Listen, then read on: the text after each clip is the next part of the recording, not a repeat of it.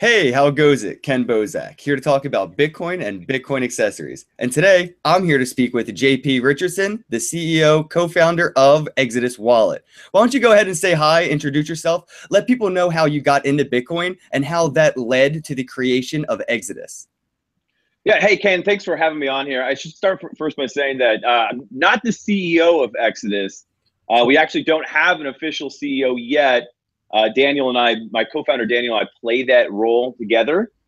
But look, I got back into Bitcoin back in, let's see, 2012, 2013. I started reading some articles on it, and I realized that it was the first time where it was like the intersection of my libertarian beliefs and my background in technology. I have two engineering degrees from a local university, and I'm like, this is game changing. This is going to change the world. And about that time, maybe a year or so later, I met Daniel, and we really love to kind of trade and speculate and talk about trading.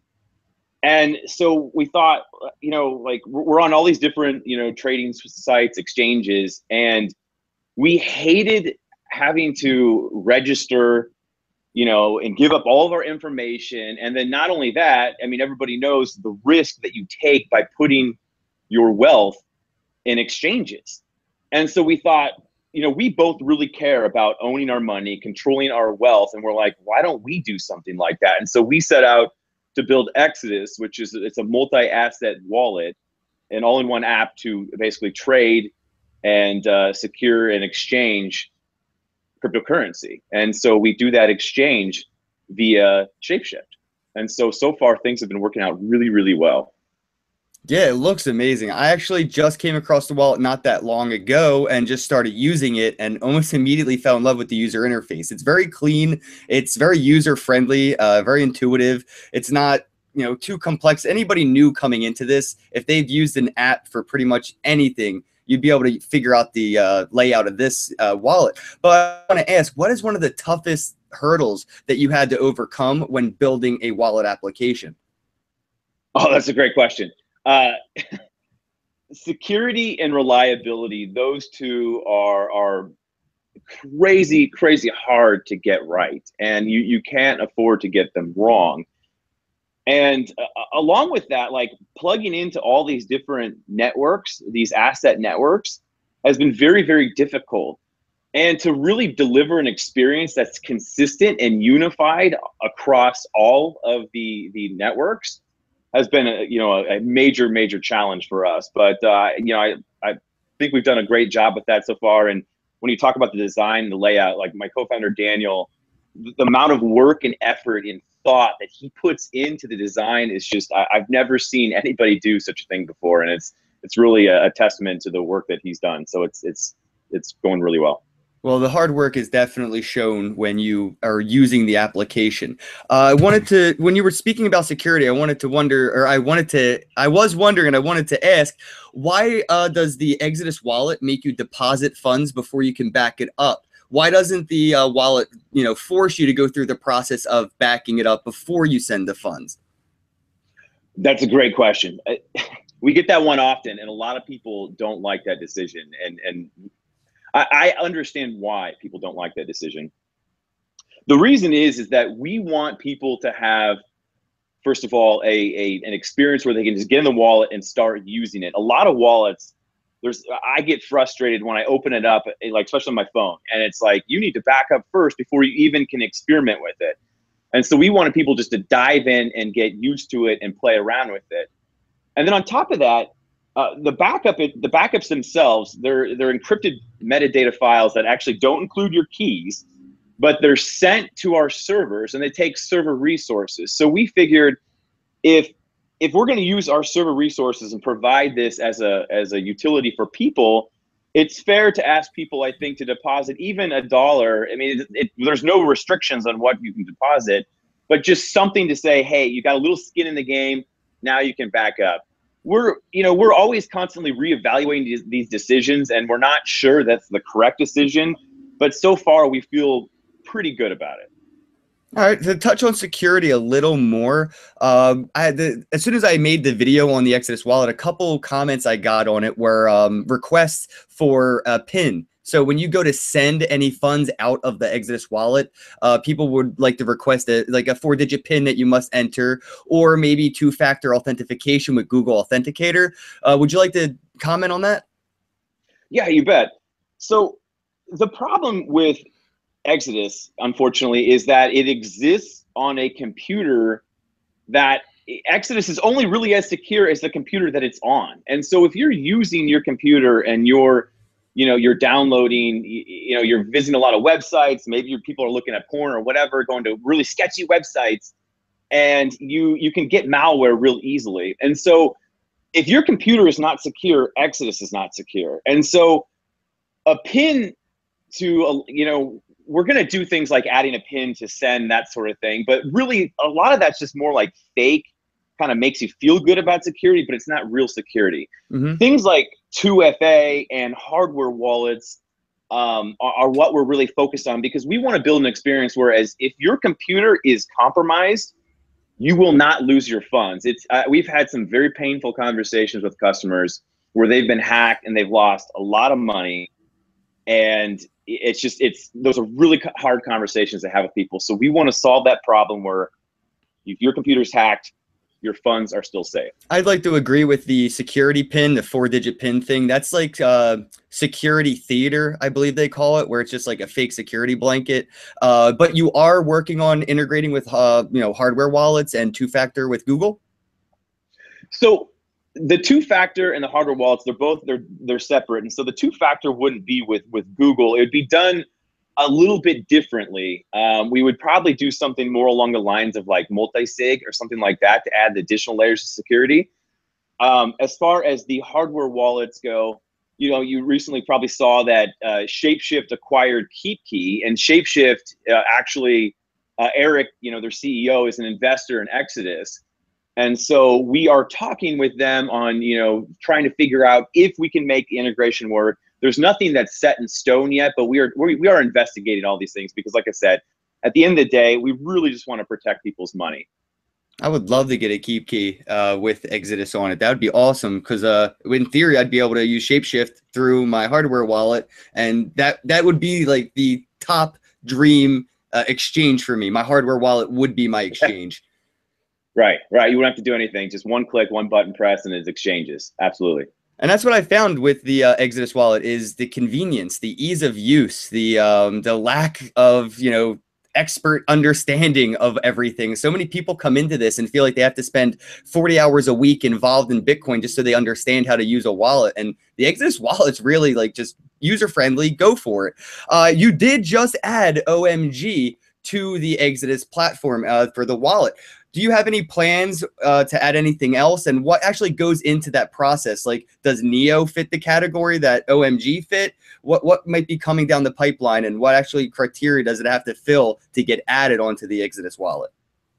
It's funny that you brought up Neo because we are getting so many requests for Neo right now. It's just nonstop. And it's kind of interesting that it's probably not surprising that these requests kind of match the 24-hour volumes or the most recent, if an asset's just pumping hard or going up, people are just going crazy about requesting it. And so, yeah, Neo has been a really, really popular asset lately. And so when we investigate which assets to add, I mean, some of the things are we like it to be top 20 or potential to get into the top 20. We really value the relationships with some of the development teams. And so like Decred and Dash have been great examples where both development teams have been really supportive of our efforts and really help us out. Those are some of the top criteria. And then ease of use ease of integration. So Ethereum tokens like OMG are really, really easy to integrate as opposed to an asset, other assets out there like IOTA, for example. IOTA is a completely different, they don't even have a blockchain. They have, tangles, and it's really, really unique and foreign on how our model works. And so we look into these things, but it really comes down to, also how easy is it to put it in the app as well.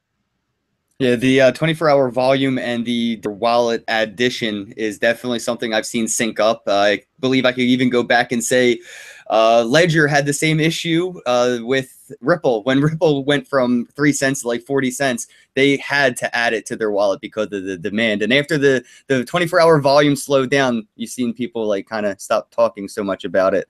It might happen for Neo, but I would personally like to see it on the wallet. That would be awesome.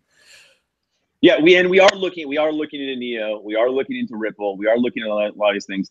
One of my personal favorites is Monero, and I would absolutely love to have Monero really work. Actually, we actually have Monero in real rough development builds, but it doesn't work that we could, release it to the world. So these are assets that we definitely want to get in Exodus. See, I like how you said that it's not something that's ready yet. You're not going to just throw it out there. You got to make sure it's perfect. That's awesome. Another question I have, and this is from the comments, quote, what's the deal with the crazy fees, and are customizable fees coming anytime Oh man, we get skewered for this. I mean, the last few days it's been bad because Exodus. So Exodus tracks the network, and what it does is it sets the fee so you can get a confirmation right away. I mean, well, within one confirmation, get your transaction accepted. The reason that we do that is because if you have customizable fees, you have people thinking like, okay, they don't understand what the implications of that are. And so they might go out and say, okay, I'm going to set a low priority. And in some cases, low priority doesn't necessarily mean that your transaction is going to get confirmed or accepted. And it may drop out of the mempool in 24 to 48 hours. And so things like that, we want to design it in such a way that people don't have to think. And I do think we can do a better job. So it's still aggressive, but yet not super aggressive that it's crazy expensive. And we're working on these sorts of things. We do have ideas where recently came up with an idea where we're considering building an Exodus kind of experimental or kind of playground version where people can actually do some of these more advanced things like customizable fees and different ways. So we're always looking into this. We're always investigating, but the decisions really come down to ease of use and simplicity, and that's what really drives us. Perfect. I agree. You got to make sure that it's going to be easy to use, and that should come first. Not just throwing things out there. Like like you mentioned, the low fee thing. There's another wallet out there that I used, and at first I was using the low fee option because I had options and I was screwing myself. So I can't imagine how many new users will be coming in throughout the next couple of years that would have put themselves in the same position. And that's pretty cool that Exodus doesn't let them do that to themselves. Even though some people that may be a little more tech savvy kind of would like the feature, it would put at risk too many noobs. Well, I want to say too, if you're really tech savvy, Exodus may not be the wallet for you. There might be better options, and I think it's just really, really important to understand. I mean, like Electrum, for example, like Electrum allows you to do a lot of things, and like even sign, Bitcoin signatures and do sign things, and so Electrum might be an option for people like that. Well, I think Exodus is for people who want to keep track of their percentage of their entire portfolio, or at least a chunk of their portfolio. And people said like, oh, why is the fee so high? And I'm like, well, it doesn't cost you anything to hold. And that's what Exodus to me would be used for. I'd be using Exodus to hold and track and manage the percentages of my portfolio. Right, right. And one more thing to add to that, if the fees are prohibitively high to some people, they can always just take their private keys to their 12 words and just move it to another wallet and then perform their transactions there as well. So that would be another option. There you go. Perfect. There you go, guys. You always have options. Speaking of options, um, what's coming first, the iOS or the Android app, if any? Everybody wants an Exodus wallet on their phone. Is that in the makes, or is it just something we're going to see on desktop? Yes, eventually we will have an iOS and Android app. That's inevitable. We are talking about that. We have not started development on that yet, but we're trying to figure out, how we can make the experience I mean, better than anything else out there. I mean, all the other mobile apps out there, some of them are really good, but the Exodus experience, we want to be a whole nother level. And so we're putting a lot of thought in how that might work and what that would look like. But right now, today, I mean, we think that a lot of people are doing their exchanges and their trades and those sorts of things on the desktop. And so we're really focused on the desktop today. That's true. A lot of people are making sure they can focus on their trades. Not so many people want to do that while they're on the bus on the way to work. And if you are, God bless you and good luck. Another question I got asked a couple times, and I would like to give you the opportunity to talk about it, clear the air. There's a couple of people listening live right now. How does Exodus make money? A lot of people are skeptical of using the wallet because they don't understand how the wallet makes money, and that makes them think they're being used. How does Exodus make money? Yeah, that's a great question. The way we make money, it's actually really, really simple, is through Shapeshift. So Shapeshift pays us an affiliate commission for every exchange that takes place in Exodus. And it's a very, very, very small portion of it, but it's enough to allow us to build a company and scale a company. And it's been working really well so far. So yeah, Shapeshift is how we make our money. Okay, cool. I love Shapeshift personally. I think that's actually the skin I went with for my Exodus is the Shapeshift skin, like right off the bat. Is that my favorite? I love Shapeshift. My question though on that would be, you have Shapeshift. Now, is Changely in the pipeline? Is that something you're looking at, or Changely, not really in the future?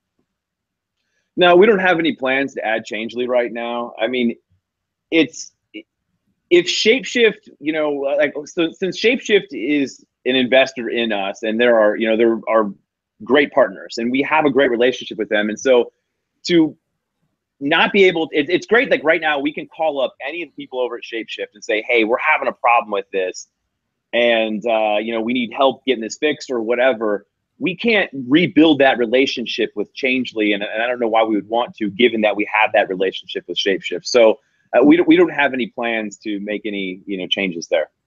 All right, cool. The only reason I asked was I think Jax said something about teaming up with Changely as well as Shapeshift, and I was just curious, how would that work when they do the same thing? You know what I mean? So I'm with you. Why would you already be partnered with somebody and then go to the competition and partner with them when you have an established relationship? So right, good move on that. Let's see. I have a question here. This one. So a lot of people were, for lack of a more fun word, butthurt about the whole Bitcoin Cash and how Exodus handled it. Is there any, point Exodus will have the Bitcoin Cash wallet or eventually split people's Bitcoin that they kept there? Or should they just go ahead, export their private keys, which is super easy on the Exodus wallet, recover those on something that does support it, and just go put your keys back on Exodus when you're done? So we actually built something and delivered it within, I think, 3 or 4 days. It's released now, so you can actually. Oh, cool. You can claim your Bitcoin Cash and send it out of Exodus right now in the latest release. Let's see. So the hard fork happened on the first. Yeah, we released on August 4th, I believe, is when we released a version where you could do a simple Bitcoin Cash claim. It's very easy to do. You click the help menu, you go to the very bottom. It's a one button is all it is. And then you paste in a Bitcoin Cash address, and that's it. And then you have your Bitcoin Cash wherever you want it to go. Now, we are actually considering at some point in time adding support for Bitcoin Cash. Originally, we were really against it because a lot of people don't understand. They think that to add an asset is just really just put in an icon and put the name in, and that's it. And to really do it well, it's very difficult. And so we thought if we came out front and we're like, hey, we're not going to support Bitcoin Cash, just, we thought we could kind of help to squash the whole notion of a hard fork and anything happening there. We were way wrong on that. Just absolutely, we couldn't be. I mean, look at the price of Bitcoin Cash right now. It's what, near $900? Yeah. We'd be foolish not to take a look at that and not to investigate adding support for Bitcoin Cash. We would just, as a company, would be foolish. So we are looking into that, and we're considering on doing something with it. Yeah, I can't believe I missed that split feature. I did get, like I said, the Exodus wallet very recently, and I handled all of my Bitcoin forking on my hardware wallet, which I tried to recommend to everybody else who may not have had a hardware wallet. If they use software, it may be more difficult. So I went with the hardware option. It made life so much easier, except I did have an issue when I clicked on it. It looked like everything zeroed out because it wasn't super user friendly and intuitive. That whole thing was just such a nightmare, the fork. If you don't mind, we could touch on that a little bit. Recently, people are starting to call, starting to hold a pitchfork to Bitcoin, saying that it steered away from the white paper and Bitcoin Cash is the true Bitcoin because it's more closer to the white paper of Satoshi. What are your thoughts on that? You think, Bitcoin BTC will end up being the dominant Bitcoin on the blockchain, or do you think Bitcoin Cash may end up the dominant coin on the blockchain?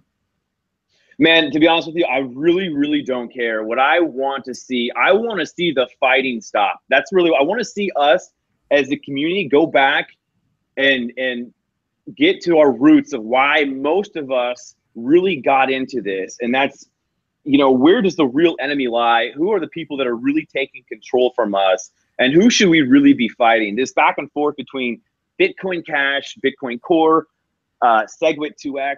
I don't care. I just want to go back to basically fighting the man. And that's really what I care about when it comes down to it. I would love to see unanimous consensus, but unfortunately, it doesn't look like that's going to happen. So it looks like we're kind of stuck with fighting for a while. So is what it is.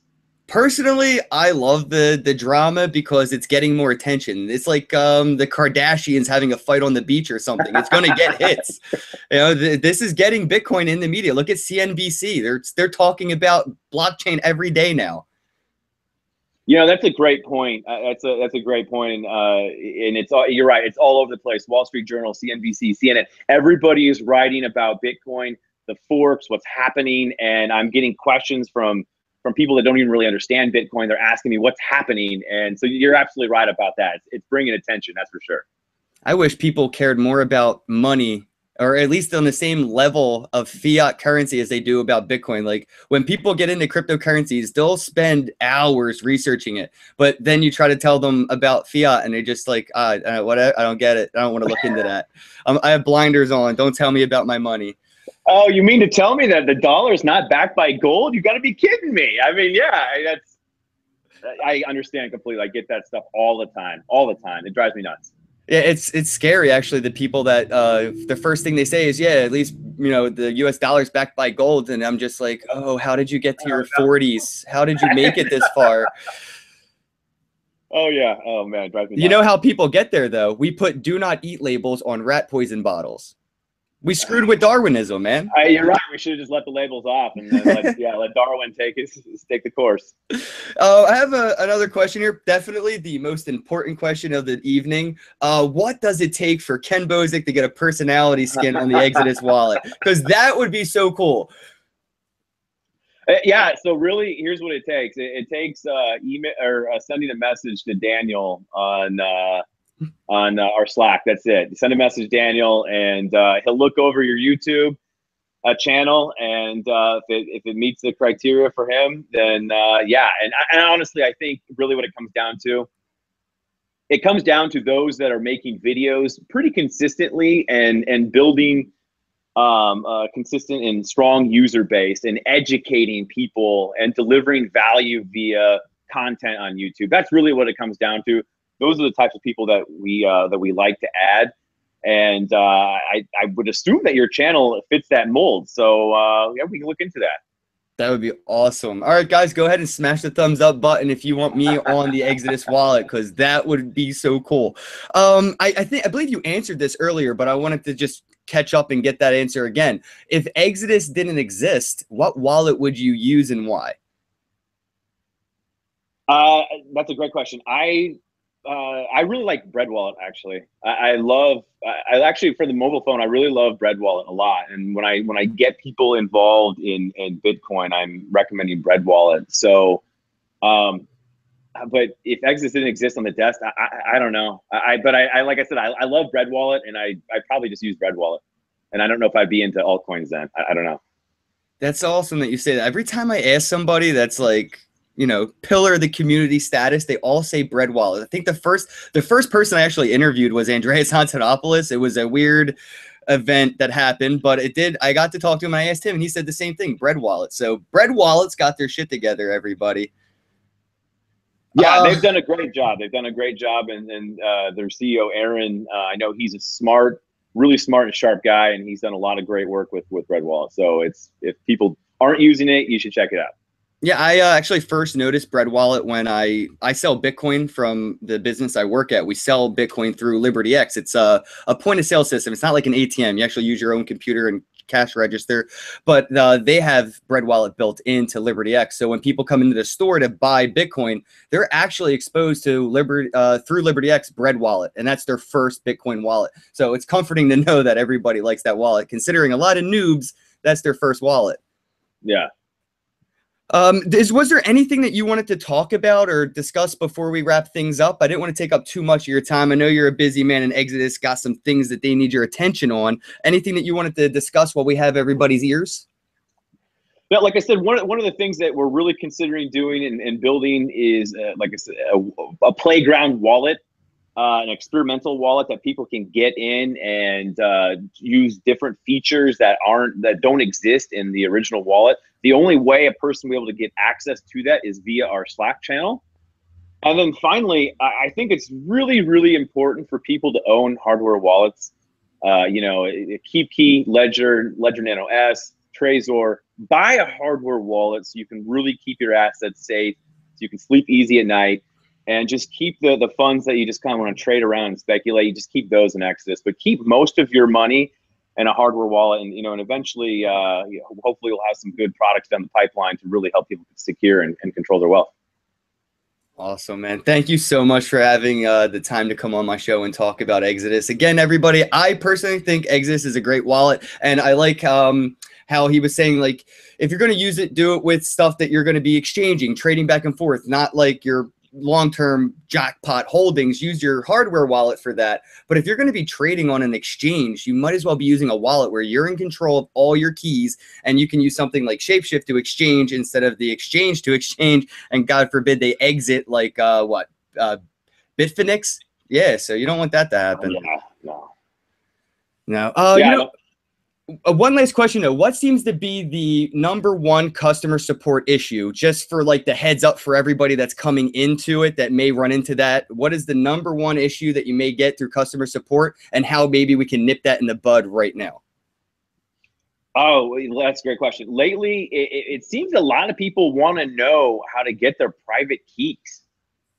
And that's been an interesting one because a lot of people don't understand that the 12 words, you know, that acts as those are your private keys. The 12 words generate all your private keys. So we get a lot of people asking us, how do you export your private keys? And to do that, it's you go to the developer menu, and in the Mac, it's just right up in the menu, or in Windows or Linux, you just press Control, Shift, and D all at once, and then it accesses the developer menu. You can see all your private keys right there. You can export them. And so that's a really, really common one, and that's something that we can definitely improve and make that a little more accessible for people. Awesome. I really hope that helps save everybody a lot of time. All right. Thanks again to JP, Exodus, everybody for tuning in live. Don't forget to smash the thumbs up button, click subscribe, flick the alert bell right next to subscribe, and have a day. Thank you. Thank you.